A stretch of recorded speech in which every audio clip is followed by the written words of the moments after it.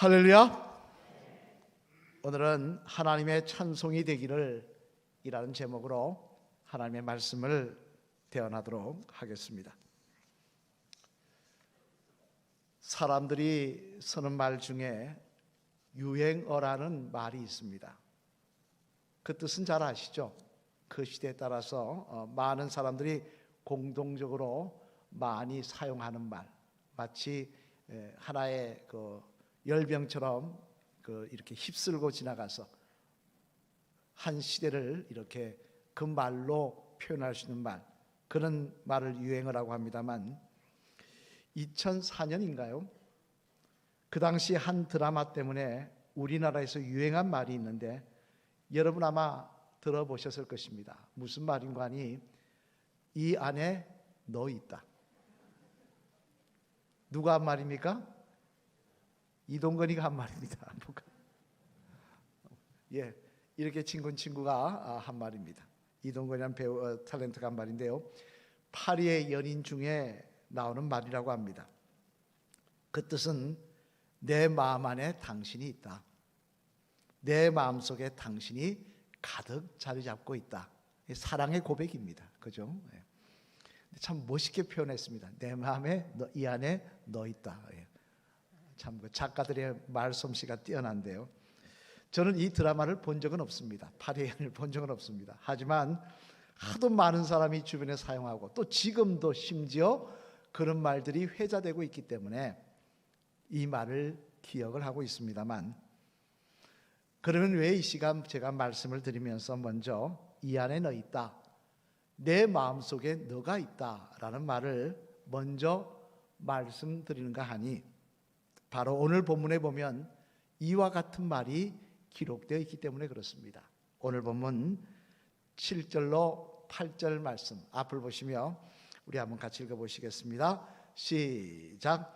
내가 너희 무리를 위하여 이와 같이 생각하는 것이 마땅하니 이는 너희가 내 마음에 있음이며 나의 매임과 복음을 번영함과 확증함에 너희가 다 나와 함께 은혜에 참여한 자가 됨이라. 내가 예수 그리스도의 심장으로 너희 무리를 얼마나 사모하는지 하나님이 내 증인이니라. 아멘. 무슨 말씀입니까? 바울이 고백합니다. 너희는 내 마음에 있으며, 즉 이 말씀을 읽고 있는 빌립보 교인들이 바울의 마음속에 있다는 거예요. 그것도 아주 골치 아픈 사람으로, 생각할 때마다 아주 지긋지긋한 사람으로 마음에 남아있는 것이 아니라 생각할 때마다 기쁘고 즐겁고 감사하고 그런 사람으로 마음에 남아있다는 것입니다.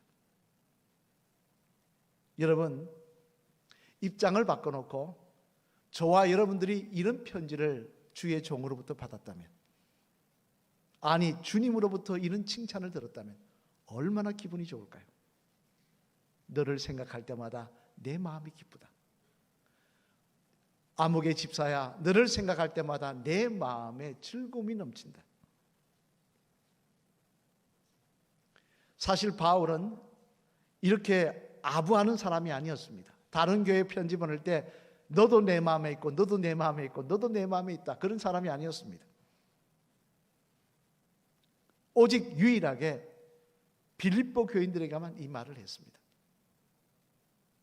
그러니 이 말씀을 전해 듣는 바울들은요, 빌립보 교인들은 참으로 기분이 좋았을 것이며 또한 스스로에 대한 자부심을 가졌을 것이다 라는 생각을 해봅니다만, 그러면 여러분, 왜 사도 바울은 많은 교회 중에 빌립보 교회에 대해서, 그 교회에 속한 빌립보 교인들에 대해서 이런 말을 하고 있는 것일까요?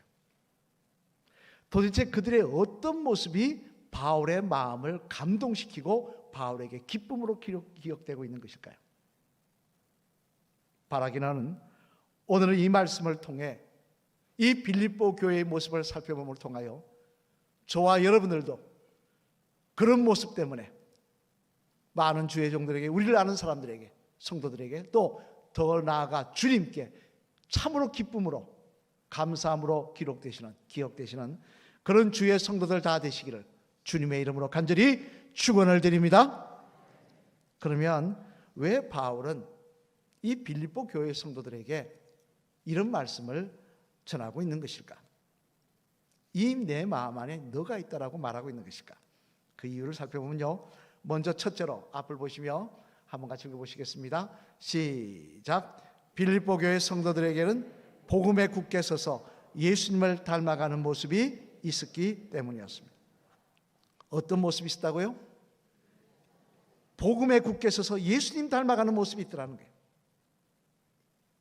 오늘 본문 전인 3절부터 5절까지 말씀, 오늘 보면 5절까지 말씀 앞을 보시면 같이 읽어보시겠습니다. 시작. 내가 너희를 생각할 때마다 나의 하나님께 감사하며 간구할 때마다 너희 무리를 위하여 기쁨으로 항상 간구함은 너희가 첫날부터 이제까지 복음을 위한 일에 참여하고 있기 때문이라. 아멘. 무슨 말씀입니까? 복음을 전한 첫날부터, 바울이 이들에게 복음을 전한 그 첫 시간부터 이들이 복음 위에 굳게 서서 흔들림이 없다는 거예요. 이 모습이 바울의 입장에서는 정말 큰 기쁨이 되었다는 것입니다. 여러분이 잘 알다시피요, 사도 바울이 복음을 전해 세운 교회는 비단 이 빌립보 교회만이 아니었습니다. 그는 소아시아와 그리스 일대를 돌아다니며 복음을 전하는 바람에 갈라디아 교회, 에베소 교회, 고린도 교회 등등 많은 교회를 세웠습니다. 그런데 안타까운 것은 그렇게 힘들게 복음을 전한 그 교회들이 다 예수 그리스도의 복음 위에 서 있는 것은 아니더라는 거예요. 대표적으로 여러분, 고린도 교회 있지 않습니까? 고린도는요, 정말 타락한 지역이었습니다. 그런데 너도 고린도 사람이냐 말할 정도로 타락한 사람에게 그렇게 할 정도의 지역이었는데 그런 곳에 어렵게 교회를 세웠습니다. 그러면 이 교회가 본이 되어야 될 텐데 바울이 떠난 뒤에 고린도 교회에 어떤 일이 있었다고 성경 기록하고 있습니까? 우리 한번 볼까요? 고린도전서 1장 11절로 12절 말씀 한번 같이 읽어보시겠습니다. 앞을 보시면 시작. 내 형제들아, 글로의 지편으로 너희에 대한 말이 내게 들리니 곧 너희 가운데 분쟁이 있다는 것이라.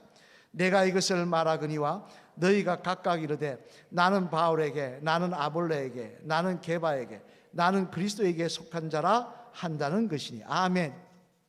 여러분, 바울이 고린도 교회를 세우고 떠난 다음에 어떤 소식이 지금 소문으로 들려온다는 것입니까? 서로 다투고 있더라는 거예요. 나는 바울파니, 나는 아볼로파니, 나는 게바파니, 나는 베드로파니, 나는 그리스도파니, 이러고 다투고 있더라는 거예요. 무슨 이야기냐? 나는 사도 바울에게 직접 복음을 들었으니 내가 너보다 더 정통파다. 난 바울에게 직접 말씀 들은 사람이야.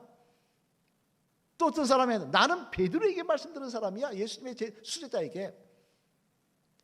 나는 율법에 정통한 아볼로에게 말씀을 들은 사람이야. 왜 나한테 내가 어떤 사람인 줄 알아? 이런 식으로 됐다는 거예요.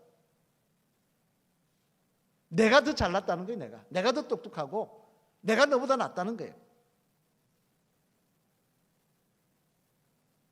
그러니 어떻게 되겠습니까? 분쟁이 끊어지지 않는 겁니다. 시끄러운 게 끊어지지 않는 거예요. 펜 하나 가지고 싸우는 것이 끊어지지 않더라는 거예요.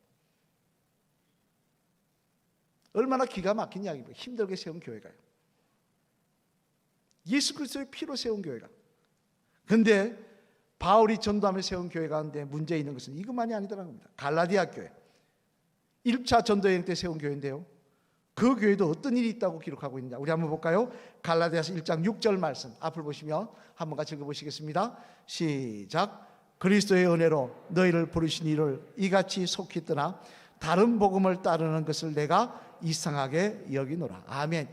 여기 보면 갈라디아 교회가 뭘 따른다고요? 다른 복음. 다른 복음이 뭡니까? 이단이에요.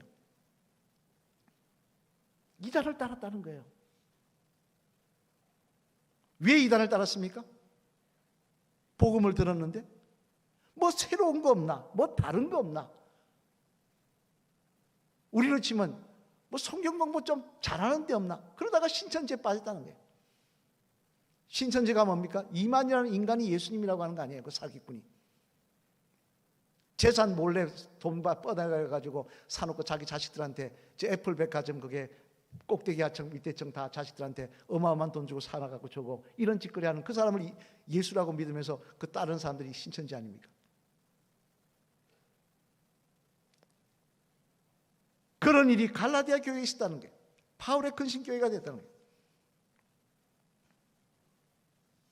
하지만 빌립보 교회는 다르더라는 것입니다. 사실 여러분 빌립보 교회도요 문제가 생기려면 문제가 많은 교회가 될 수 있는 상황이었습니다. 왜? 구성원이 다 각자 천차만별이었습니다. 한번 볼까요? 구성원이 누군지. 옥감장수 루디아, 그 다음에 또 누굽니까? 빌립보 간수, 귀신 들렸다가 바울에 의해서 낫음받은 귀신 들렸던 소녀. 공통점이 있습니까? 사회적인 레벨이 맞습니까? 더군다나 예배드리는 건 루디아의 집이었습니다. 루디아가 자기 집을 내놓아서 거기서 예배를 드리고 루디아가 음식을 다 준비해서 같이 애찬을 나눴습니다. 하인들을 시켜서. 그렇다면 누구 목소리가 제일 커야 되겠습니까? 루디아 목소리가 제일 커야 되는 거예요. 왜? 우리 집에서 예배드리고 내가 다 너희들 먹여 살리고 있으니까, 예배 시에 애찬 내가 다 준비하니까 내 돈 들여서. 그런데 그런 게 없더라는 거예요. 심지어 그들은 다툼도 없었고 이단조차 틈타지 못하더라는 거예요. 왜 그렇습니까? 왜 분명히 네 잘나느니 내 잘나느니 하면 내가 더 똑똑하니 내가 더 대단하니 이야기할 수 있는 그런 상황인데 그렇지 않고 이렇게 하나 되어서 이런 게 있습니까? 그 이유가 뭐냐? 그건 바로 그들 속에 복음이 있더라는 겁니다. 그들 속에 복음이 있더라는 거예요. 그들은 신앙생활하면서 자신의 생각이나 자신의 사회적인 위치 또는 내가 교회 내에서 헌신하는 분량, 내 직분, 내가 오랜 믿은 세월 이런 거 내세우지 않더라는 거예요. 그들의 대신 그들의 관심은 뭐에 있느냐? 오직 예수 그리스도에 있더라는 거예요. 어떻게 예수님 잘 믿을 수 있느냐? 바로 믿을 수 있느냐? 어떻게 해야 예수님 닮아갈 수 있느냐? 그것이 그들의 관심사더라는 거예요.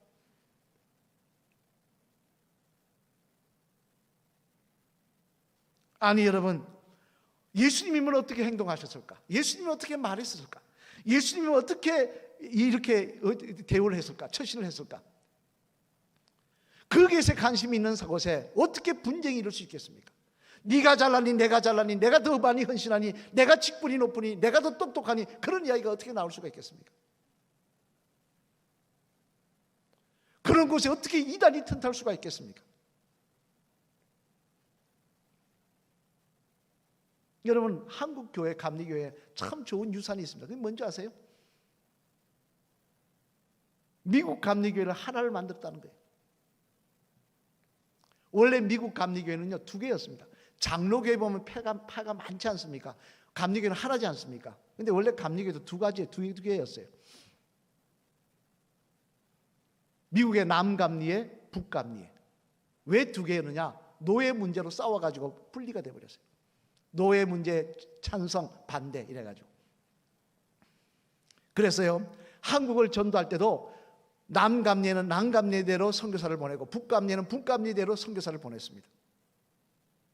그래서 남감리에 선교사가 들어와서 우리나라의 감리교회를 세웠는데 그게 뭐냐? 교자 돌림입니다. 종교교회, 자격교회, 수표교회. 또 북감리에서는 북감리대로 또 선교사를 보냈는데요. 그래서 세운 교회가 처음에 세운 교회가 동자 돌립니다. 정동교회. 정동교회 종소리 은은하게 울리면 그 정동교회. 정동제일교회. 상동교회. 같은 감리교회도 종교교회와 상동교회 상종하지 않았습니다. 다른 교단이었어요. 그런데 우리 신앙의 선조들이 왜 우리가 예수님을 믿으면서 예수님을 구주로 믿고 예수님을 닮아가는 삶을 삶에 있어서 우리가 왜 서로 싸우며 같은 하나님을 믿는데 등한시하며 이렇게 나눠져 있어야 하느냐? 그리고 모여서 조선 기독교 대한감리회로 하나가 되어버렸습니다. 이렇게 되자 충격받은 게 누구냐? 미국 감리교회예요. 우리가 선교한 저 조그만한 나라에, 이름도 없던 저 조선이라는 나라에 감리교회가 두 개서 예수님 닮겠다고 하나 되어버렸는데 우리가 이렇게 둘러 있을 수 있느냐? 그리고 그들도 회의를 해가지고 미국 연합감리교회가 돼서 하나가 돼버린 겁니다.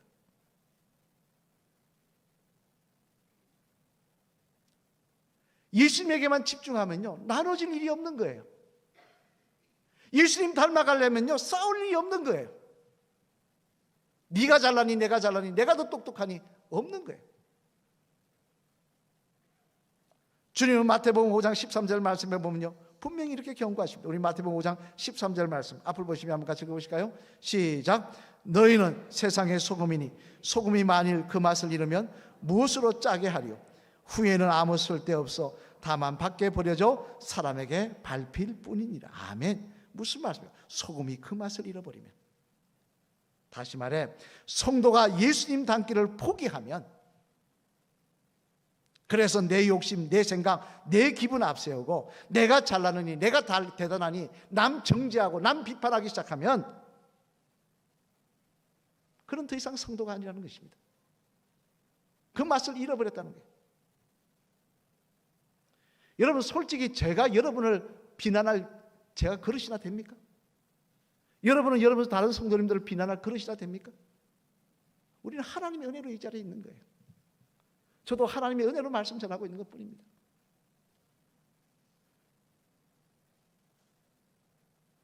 서로가 예수님 닮기로 부족한데 예수님 닮기로 몸부림치며 어떻게든 예수님 닮으려고 몸부림칠 때 그곳에는 악한 영들이 역사할 수 없으며 그곳엔 분쟁이 있을 수 없으며 그곳에 비난과 상처가 있을 수 없으며 회복과 하나됨과 하나님의 놀라운 영광 받으실 일이 반드시 일어나게 될 줄로 믿습니다.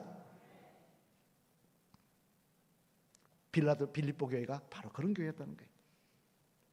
자신의 생각, 욕심, 기득권 다 버렸다는 거예요. 내가 몇 년 믿었니, 내가 직분이니 다 버렸다는 거예요. 예수님은 어떻게 행동했을까? 예수님은 어떻게 말씀하셨을까? 예수님은 어떻게 이렇게 처신하셨을까? 그것이 그들의 관심사였다는 거예요. 그랬더니 바울이 이야기합니다. 복음 위에 서 있는 너희들의 모습이, 복음이 인생의 중심이 되어 있는 너희들의 모습이 너무나 귀하다. 너희들이 내 마음에 있다. 나에게 기쁨이 되어 있다라고 말하고 있는 겁니다. 저는 저와 여러분들이 이런 모습이 있기를 소망합니다. 우리 홍제교회가 그런 교회가 되기를 소망합니다. 다른 사람 바라보며 비난하고 내 잘났다고 이야기하는 것이 아니라 그저 예수님 닮아가려고 그러고 예수님처럼 생각하며 예수님처럼 말하려고 몸부림치는 그런 교회, 그런 성도가 될 때 주님께서 오늘 말씀하실 것입니다. 아무개야, 내가 내 마음에 있다. 내가 너를 기쁨으로, 내가 너를 즐거움으로 기억하고 있다. 바라기는 주님의 마음에 내가 내 마음에 있다라고 말하시는 그 귀한 말씀 들으시는 예수님 닮아가시는 저와 여러분 되시기를, 복음 위에 굳게 서 있는 저와 여러분 되시기를 주님의 이름으로 간절히 축원을 드립니다. 두 번째로 빌립보 교회가 또 하나 바울에게 기쁨으로 기억되는 이유는 뭐냐? 같이 한번 읽어보시겠습니다. 시작. 빌립보 교회 성도들은 나누는 삶을 사는 모습을 보여주었기 때문입니다. 아멘. 무슨 삶을 살았다고요? 나누는 삶을 살았다는 거예요. 오늘 보면 7절 말씀 다시 한번 같이 읽어보시겠습니다. 시작. 내가 너희 무리를 위하여 이와 같이 생각하는 것이 마땅하니 이는 너희가 내 마음에 있음이며 나의 맹인과 복음을 변명함과 학정함에 너희가 다 나와 함께 은혜에 참여한 자가 됨이라. 아멘. 무슨 말씀이에요? 은혜에 참여한 자가 됨이라. 즉 바울이 선교하는 일에, 바울이 구제하는 일에 앞장서서 도왔다는 거예요. 성경 곳곳에 보면요, 빌립보 교회가 바울을 도와 선교한 내용, 구제한 내용이 기록되어 있는데요. 한번 볼까요? 빌립보 4장 15절의 말씀에 보면 이렇게 기록하고 있습니다. 우리 빌립보서 4장 15절 말씀 한번 같이 읽어보시겠습니다. 시작. 빌립보 사람들아, 너희도 알거니와 복음의 시초에 내가 마게도냐를 떠날 때 주고받은 내 일에 참여한 교회가 너희 외에 아무도 없었느니라. 아멘. 무슨 말씀입니까? 바울이 마게도니아 지방을 떠나 다른 곳에 선교하러 가면서 마게도니아 세워진 교회들을 다 지도자들과 교인들을 불러놓고 이야기를 했다는 거예요. 내가 이렇게 선교 여행을 떠나니 나를 좀 도와다오. 선교 헌금을 좀 해다오. 내가 이렇게 가니 선교할 수 있게끔 좀 후원을 해다오 했다는 것입니다. 그런데 그 말을 들은 교회들 중에 누구만 도왔다는 것입니까? 빌립보 교회만 도왔다는 거예요. 아무도 안 도왔다는 게 들어놓고 빌립보 교회만 도왔다는 거예요. 또 고린도후서 8장 2절 말씀해 보면요, 또 이런 말씀이 기록되는데 한번 같이 읽어보실까요? 2절 말씀 시작. 환난의 많은 시련 가운데서 그들의 넘치는 기쁨과 극심한 가난이 그들의 풍성한 연보를 넘치도록 하게 하였느니라. 아멘. 무슨 말씀입니까? 환난의 많은 시련 가운데 있는 사람들, 바로 예루살렘 교회였습니다. 모교회였던 예루살렘 교회가 기근이 와서, 가뭄이 와서 환난이 있고 어려움이 있었다는 거예요. 그래서 그 교회를 돕자고 했더니 누가 도왔다는 이야기입니까? 빌립보 교회가 도왔다는 이야기예요. 다른 교회들은 안 도는데 빌립보 교회가 앞장서서 도왔다는 거예요. 이뿐만 아닙니다. 바울이 로마의 감옥에 갇히자 빌립보 교회는 또 어떻게 하느냐? 헌금을 모아가지고 교역자인 에바브로디도를 보내어가지고 바울을 돕게 합니다. 옥바라지하게 합니다. 그래서 고린도후서 8장 1절 말씀에 보면요, 바울이 고린도 교회가 뭐라고 말하냐? 고린도 교회 형제들이여, 여러분이 본받을 만한 아름다운 교회를 내가 소개시켜주고 싶은데 그 교회가 어디냐? 마게도니아 지방에 있는 빌립보 교회다. 그렇게 이야기하고 있습니다. 얼마나 참 아름다운 얘기입니까? 모범이 되는 교회를 소개하고 싶은데 바로 마게도니아에 있는 빌립보 교회다. 모범이 되는 교회를 소개하고 싶은데 그 교회가 홍제동에 있는 홍제감리교회다. 그러면 빌립보 교회는 부자 교회였을까요? 아니었습니다. 자주장사 루디아는 돈이 있었을 거예요. 하지만 간수가 무슨 돈이 있습니까? 공무원이. 그래서 점을 쳐다가 귀신이 쫓겨나는 바람에, 귀신이 도망가는 바람에 바울에 의해서 이제는 더 이상 점 치는 것도 못하게 된 여자아이가 무슨 돈이 있겠습니까? 새롭게 믿게 된 교인들도 있습니다만 이 교인들이 그 당시 유대인들이나 이 로마 사람, 이 빌립보 사람들이 예수님 믿는 사람을 핍박하고 박해했는데 그들에게 무슨 돈이 그렇게 많았겠습니까? 그런데도 나눌 수 있는 이유는 뭐냐? 그들의 사는 형편이 부자여서가 아니라 그들의 마음이 부자였기 때문이에요. 과거에 우리나라 신문 사설에 나왔던 글입니다만 제가 이 글을 기억하고 있습니다. 그래서 이렇게 적어놨습니다. 아주 참 마음에 와닿았어요. 그 글이 뭐냐면, 우리나라에 주재원으로 오래 살다가 15년인가 살다가 이제 고향으로 돌아가면서 하나를 적은 글인데요, 이런 제목이었습니다. 한국에는 상류층이 없다. 뭐가 있느냐? 돈 많은 중산층만 있다. 이런 말이었습니다. 이게 무슨 내용이냐 한번 읽어봤습니다. 우리나라에 돈 많은 사람들 많지 않습니까? 재벌도 있고, 그죠? 뭐 전 세계 몇 대 기업이들은 그런 회장도 있고 뭐 있지 않습니까? 근데 왜 돈 많은 상류층이 없냐 그랬더니, 이 잘 사는 나라에서 상류층이라는 것은 어떤 사람이냐? 돈이 많은 사람을 상류층이라고 이야기하는 게 아니라 많이 기부하는 사람을 상류층이라고 이야기를 한대요. 그래서 가진 재산 중에 일부분을 대학이나 불우한 기관이나 어려운 사람들에게 많이 기부하는 것을 잘하는 사람을 상류층이라고 한대요. 근데 한국에는 와서 살아봤더니 어떠냐? 돈 많은 사람은 있더라는 거예요. 엄청나게 큰 집에 사는 사람은 있더라는 거예요. 근데 나눌 줄 모르더라는 거예요. 그래서 내가 잘 먹고 내 자식들 잘 입히고 그게만 목적이 있더라는 거예요. 죽을 때도 유산 많이 남겨서 자식들에게 나눠주기 위해서 불법을 행하고 그러더라는 것입니다. 그러니 한국에는 상류층이 없고 그저 돈 많은 중산층만 있더라. 이게 내가 한국을 경험한 그 내용이다. 그렇게 한 것을 제가 읽어본 적이 있습니다만, 읽으면서 참 맞는 이야기다. 한편은 또 부끄러운 이야기다. 라고 생각을 해봤습니다만, 그러면 우리 한국 기독교인들은 다릅니까? 많은 은혜를 주셨는데도 불구하고 나눌 줄 모릅니다. 매일 기도하면 달라고만 합니다.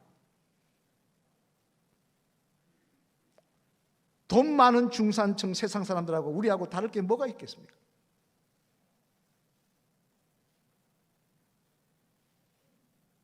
내가 밥 사 먹는 거, 가족들하고 놀러 가는 거는 그렇게 아까운 줄 모르면서 도우라면 부들부들 뜹니다.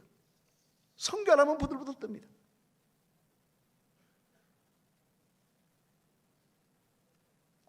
빌립보 교회는 달랐다는 거예요. 선교하라고 하니까, 구제하라고 하니까 앞장서서 돕더라는 거예요. 그 금액이 많고 적고가 문제가 아닙니다. 그 마음이 중요한 겁니다. 주님 말씀하시지 않습니까? 물 위에 던져라, 다시 찾으리라. 내가 너희를 찾게 하리라. 내가 너희로 갚아주리라 말씀하시지 않습니까?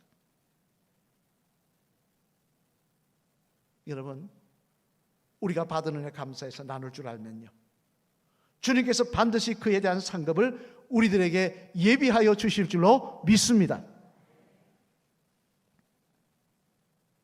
빌립보 교회는 그런 교회였다는 거예요. 이제 말씀을 마치려고 합니다. 유명한 무신론자였던 니체를 아실 거예요. 한번 볼까요? 이렇게 생겼습니다. 아주 깐깐하고 고집세게 생겼죠. 이 니체가 한 유명한 말이 있습니다. 그는 이런 말을 했습니다. 기독교인들이 정말 기독교인답게 행동하면 나도 기독교인이 되겠다. 무슨 말입니까? 예수쟁이들이 정말 예수쟁이 같으면 나도 예수님 믿겠다는 거예요. 우리 자신 한번 돌아봐야 될 것입니다. 나는 정말 예수님의 복음 위에 굳게 서 있는지, 계속 예수님 말씀대로 예수님 닮아가려고, 예수님처럼 말하려고 그것이 내 신앙의 목적이 되어서 몸부림치고 있는지, 정말 나는 예수님께 받은 은혜 때문에 기뻐하며 그 은혜 나누려고 하고 있는 삶을 살고 있는지. 저도 부족합니다. 저도 제대로 못할 때가 많이 있습니다. 하지만 우리가 함께 기도하며 그렇게 되려고 몸부림칠 때 주님은 말씀하실 것입니다. 사랑하는 누구야? 너가 내 마음에 있다. 내가 너를 기억한다. 내가 내 이름을 기억하고 내 헌신을 기억하고 내 그 믿음을 기억한다. 내가 홍대교회를 기억한다 라고 말씀하시는 역사가 반드시 우리 교회, 우리들에게 임하게 될 줄로 믿습니다. 마지막에 따라 하실까요? 집사님, 예수님 닮아가며 예수님 때문에 만족하여 나눌 수 있는 그런 집사님 되시길 바랍니다. 그럴 것 같습니까? 말씀은 잘하시는데 따라 하시겠습니다. 그리할 때 주님의 마음속에 집사님이 계실 줄 믿습니다. 할렐루야! 저는 소망합니다. 우리의 인생이, 우리의 삶이, 우리 교회가 주님의 마음속에 기억되기를 소망합니다. 너희가 내 마음에 있으며 이 말씀 칭찬을 듣는 저와 여러분이 되기를 소망합니다. 오늘 보면 11절 말씀 우리 한번 같이 읽어보실까요? 같이 읽겠습니다. 시작. 예수 그리스도로 말미암아 의의 열매가 가득하여 하나님의 영광과 찬송이 되기를 원하노라. 아멘. 하나님의 영광과 찬송이 되기를 원하노라. 굉장한 칭찬입니다. 굉장한 칭찬입니다. 이 칭찬 받을 수는 정말 예수님 닮기 소망하며 예수님 때문에 기뻐하며 나눌 수 있는 그런 저와 여러분 되시기를 주님의 이름으로 간절히 축원을 드립니다.